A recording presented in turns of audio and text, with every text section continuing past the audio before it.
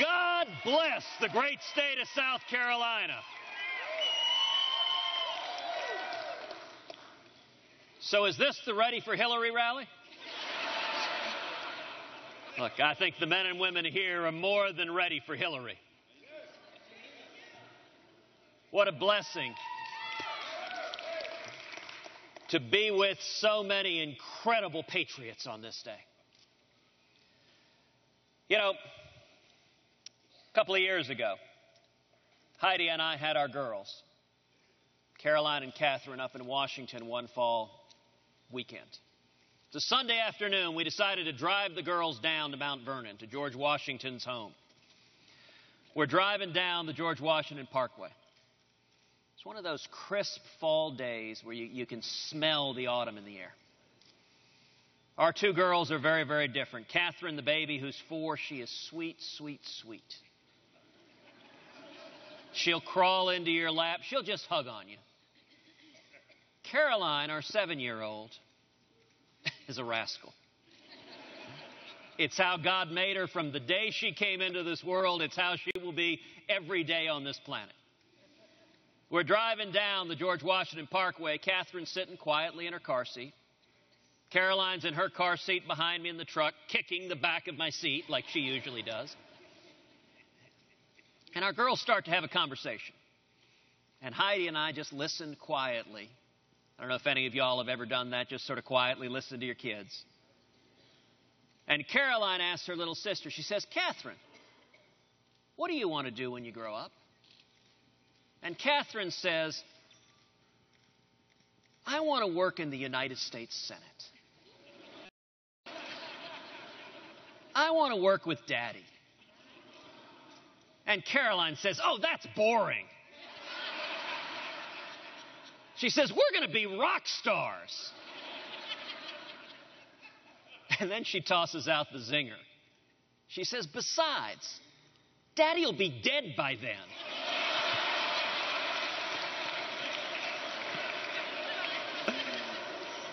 This is a real conversation.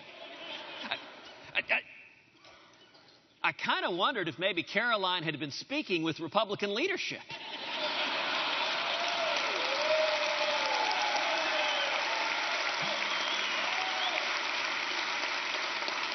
Maybe she knew something I didn't know. You know, the reason so many of us are here in this great gathering is because we love our kids.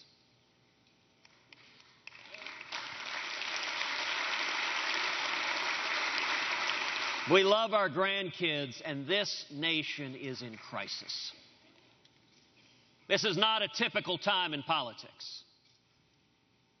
We are at the edge of a precipice. I don't think we've hit the point of no return yet, but it is close. It's now or never. We either pull this country back, or we risk losing the greatest country in the history of the world. You know, today, for the first time in history, a majority of Americans believe that our kids will have a worse life than we did. 65%. That has never been true in the history of America until this instant right now. Maybe the most un-American idea you can imagine. I think the central issue in 2016 is going to be we reignite the promise of America. How do we get back to that fundamental American ideal that our kids will have a better life than we did, and their kids will have a better life than they did? I'm here today with a word of encouragement and hope and optimism. 3 simple things that we can do to reignite the promise of America. Number 1, bring back jobs and growth and opportunity.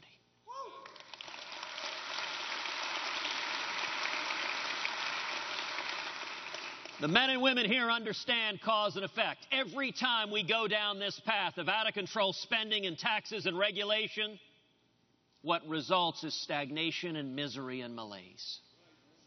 Doesn't work.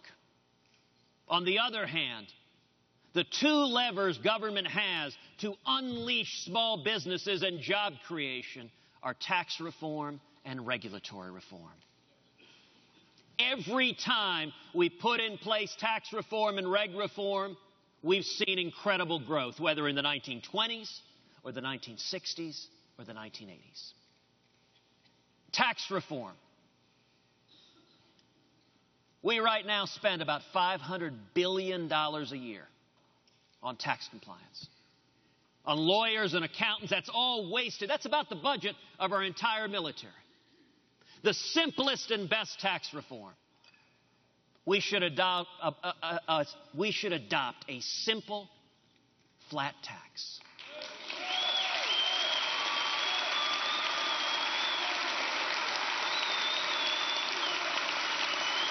Where every American can fill out his or her taxes on a postcard.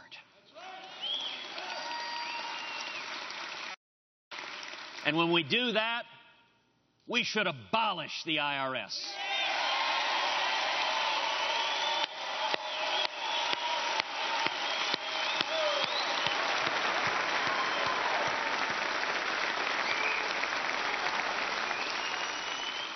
There are about 90,000 employees at the IRS. We need to padlock that building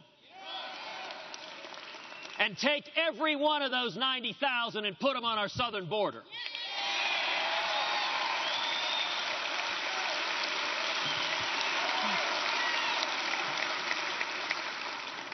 Now, to our friends in the media, I say that somewhat tongue-in-cheek. But think about it for a second. Imagine you had traveled thousands of miles in the blazing sun. You're swimming across the Rio Grande. And the first thing you see is 90,000 IRS agents. You turn around and go home too.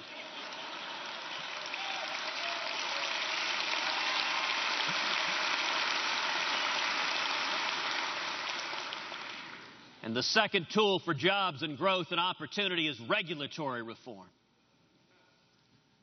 You know, I was out in West Texas, and I asked folks there, what's the difference between regulators and locusts? I said, the thing is, you can't use pesticide on the regulators. And this old farmer leaned back. He said, want to bet?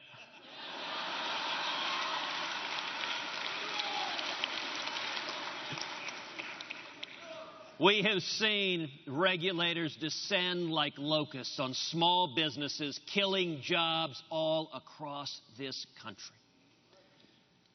And the simple and most important regulatory reform, we need to repeal every word of Obamacare.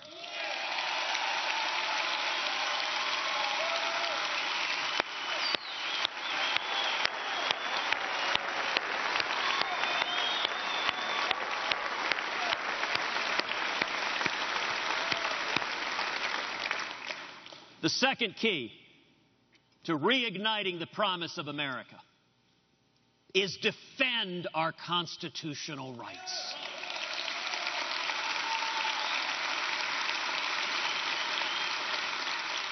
All of them. We need to defend the First Amendment, our free speech, our religious liberty.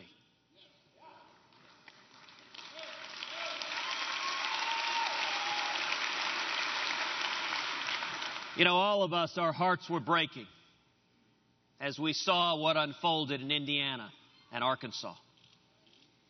As those states stood up to defend religious liberty, and the modern Democratic Party, in a perfect storm, joined with big business to say their commitment to mandatory gay marriage in all 50 states trumps any commitment to the First Amendment.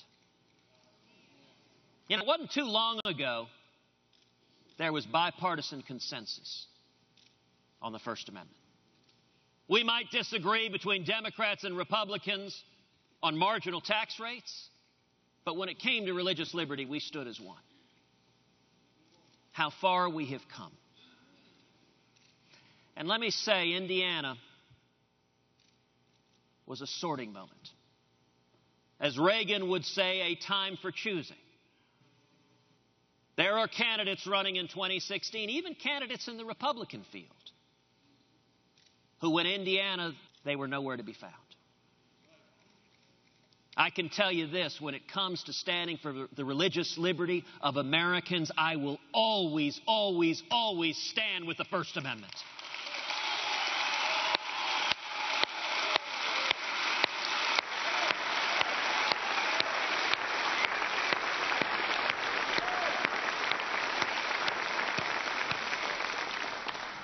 We need to defend the Second Amendment, the right to keep and bear arms.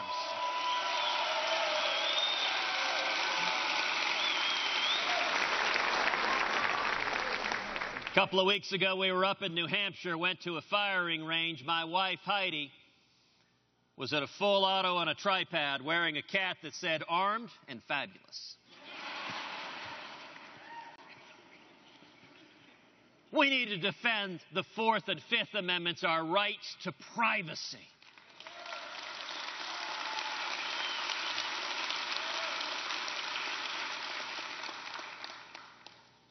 And we need to defend the 10th Amendment.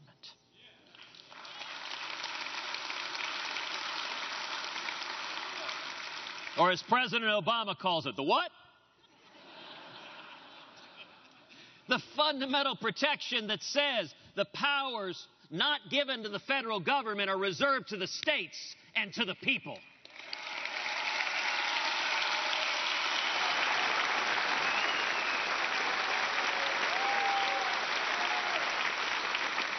That means their core responsibilities the federal government needs to do. It needs to defend this nation, and we need to stand with the men and women of our military. We need to secure the borders.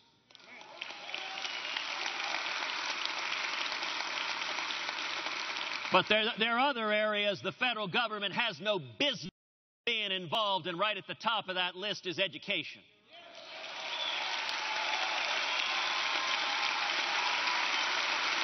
And we need to repeal every word of Common Core.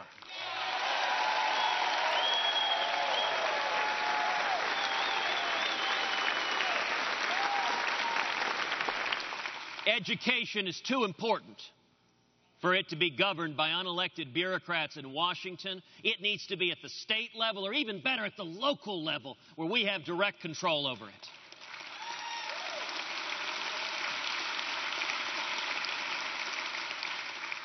And then number 3, we need to restore America's leadership in the world.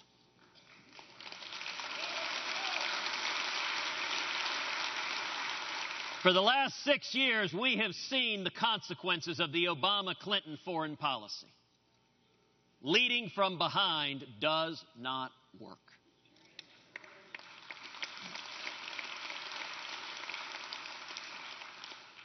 And we cannot win a war on radical Islamic terrorism with a president who is unwilling to utter the words radical Islamic terrorism.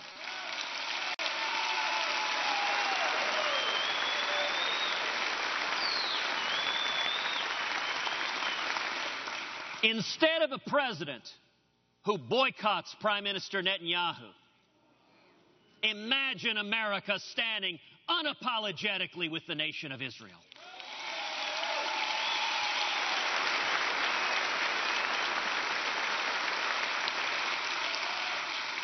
We saw the ugly face of Islamic terrorism in my home state of Texas. In Garland, where 2 jihadists came. Thankfully, one police officer helped them meet their virgins.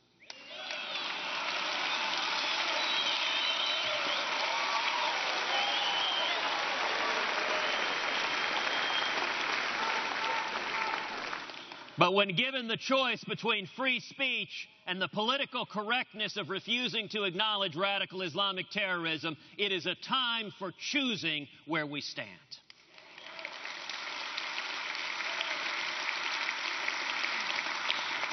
Just a few weeks ago, I was down in Fort Hood, where the soldiers who were shot by Nidal Hasan were finally awarded the Purple Heart.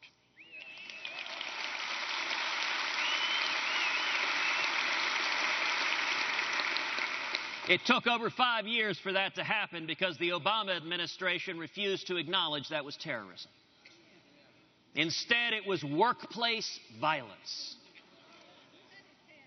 Now, I'll tell you the reason those Purple Hearts were awarded. I was very proud last year to introduce legislation in the Senate to mandate that the Pentagon award those Purple Hearts.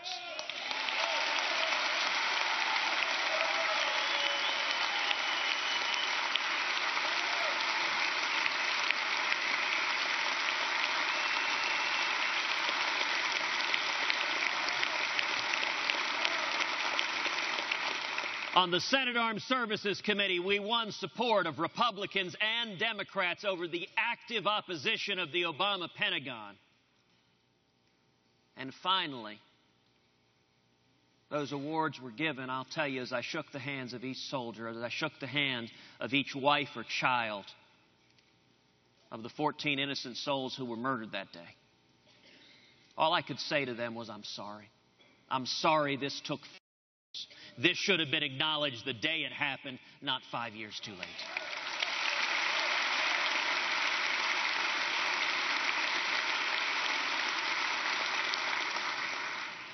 You know, the great state of South Carolina plays a pivotal role in our nation. You all have the blessing and the curse of being an early primary state. So you're going to see presidential candidates descend upon you like those federal regulators and locusts. My one request is please hold back on the pesticide. But I'll tell you, the responsibility of this great state in the Republican Party is to ensure that we nominate a conservative.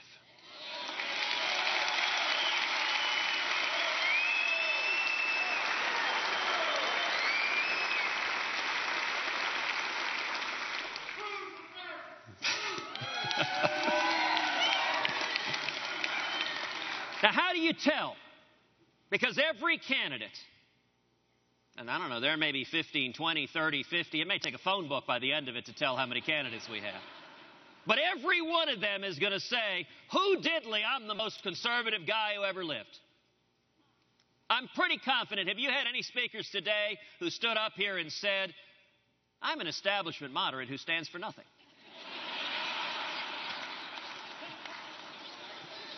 They don't say that.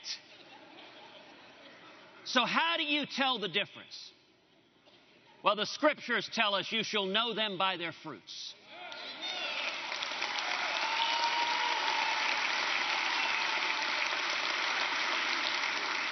And I would encourage each of you to ask every single candidate who stands up in front of you, you say you believe these principles, show me. When have you stood up and fought for them? When have you bled for them? What have you accomplished?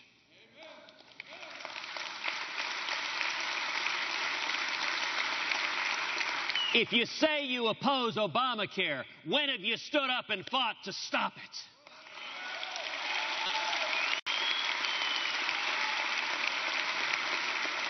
If you say you oppose President Obama's unconstitutional executive amnesty, when have you stood up and fought to stop it?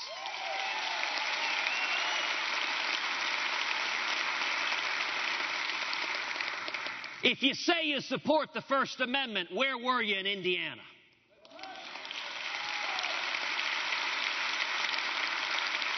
If you say you support the Second Amendment, where were you when Harry Reid and the President were coming after our gun rights?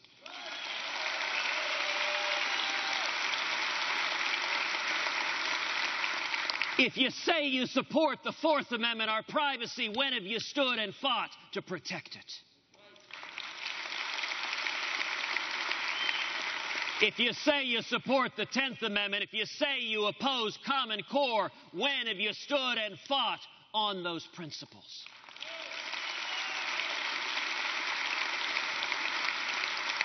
If you say you support life and marriage, when have you stood and fought to defend life and marriage?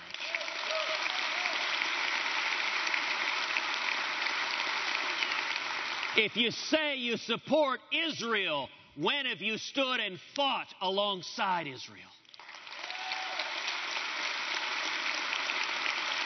When have you stood and fought to stop Iran from getting nuclear weapons?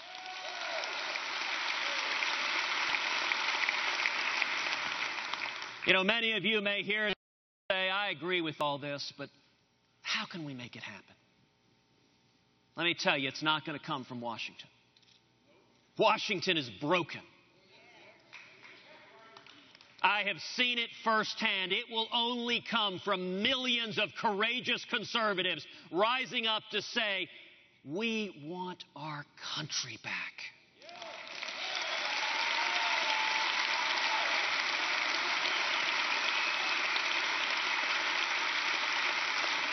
I am inspired, I am hopeful, I am optimistic because of the men and women in this room. We are building an army, a grassroots army of courageous conservatives.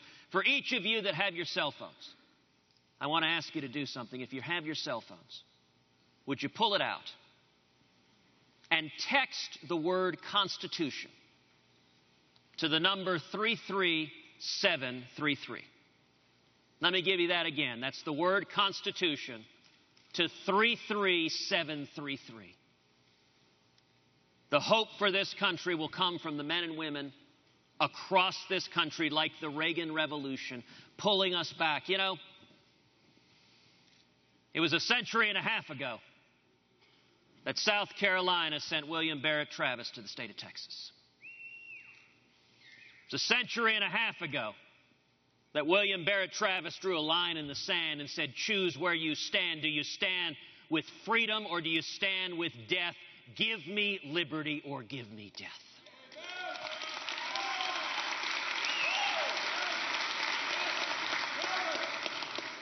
Many of y'all know my father, Pastor Raphael Cruz.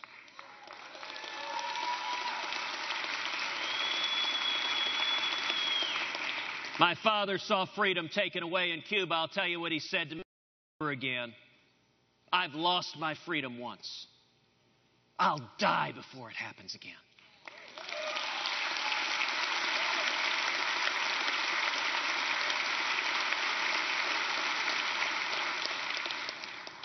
I'm going to close with just telling a quick story.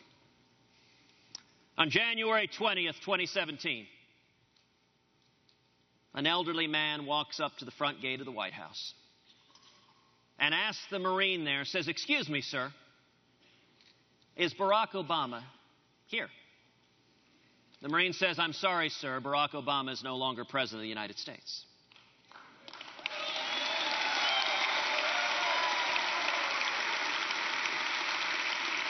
The next day, the same elderly gentleman walks up to the gate. The same Marine is stationed there. He says, excuse me, sir, is Barack Obama here? The Marine sighs and says once again, I'm sorry, sir, Barack Obama is no longer president of the United States. The next day, the same elderly gentleman walks up to the gate. The same Marine is there again. He asks the question one more time.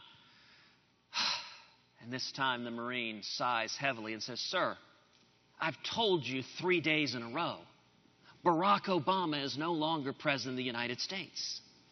The little old man with a twinkle in his eye, he says, I know that. I just love hearing you say it.